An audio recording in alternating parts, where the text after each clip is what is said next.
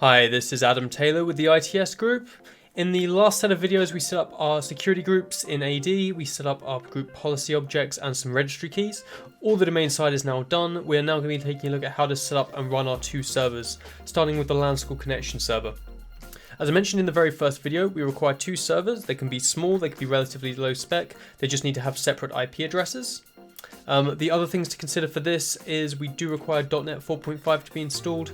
Shouldn't be a problem with most modern servers, otherwise you can run Windows Update or download it manually from the Microsoft site. The other thing we require is that IIS isn't installed as it blocks port 80, and we use port 80. So you just want to make sure that if the server isn't dedicated, it's not running any other web services, otherwise it will conflict with LanSchool. We'll jump straight into our very first server. If I just quickly open up the task manager, you can see this is a relatively low spec server. Running clean at the moment. We've got just 1 out of 4 gig used up by the server, and LanSchool isn't going to add that much on top of that either. Just move that to one side. So we want to go to our network share first of all.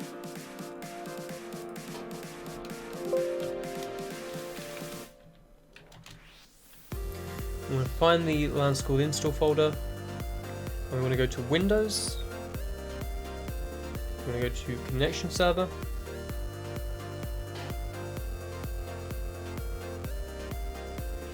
And then we'll have one which is called the lcs.msi.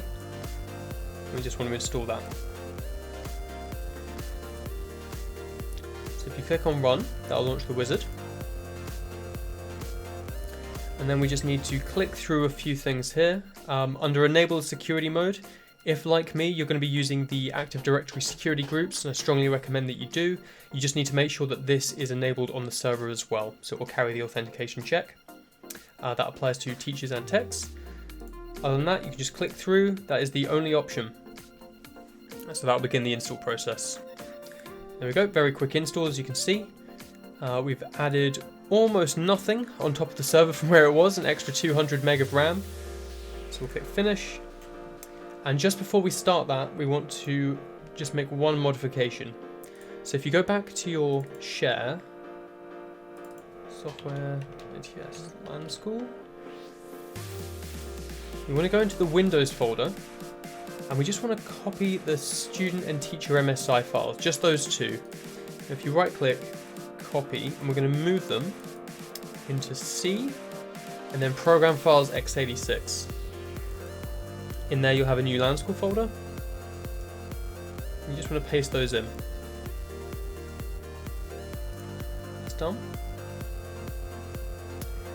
Now if we go to services.msc and just launch that, scroll down to find the LanSchool, and we just want to restart the connection service. Now what that's going to do is it's going to enable automatic updates, so that whenever new versions of LanSchool are released, we can just swap those MSI files out for the latest version. It's also going to report on what the latest version is, so we know to make sure to update them when updates are available. That's now done. If I just minimize the server dashboard, you see we've got a lovely new LanSchool connection server icon. Just double click on that to launch it. If it's the first time, you might get a few pop-up messages in IE. And there we go, that is our server enabled. You can set an automatic refresh, and that's going to keep this page updated as the clients connect. If we zoom in a little bit, we can also see the uptime, 47 seconds. We can see the version number of the server itself, and we can also see the version of the MSIs we've got loaded as well. So these three sets of numbers should always be consistent. When new versions of LanSchool are released, it's as simple as stopping the server service, installing the connection server over the top to bring the latest version up to date. That's going to make sure it's now version checking against that number, and then you just replace the MSIs with the latest version as well. Anything that's an old version connected to a new server will then have those MSIs pushed down and installed over the top.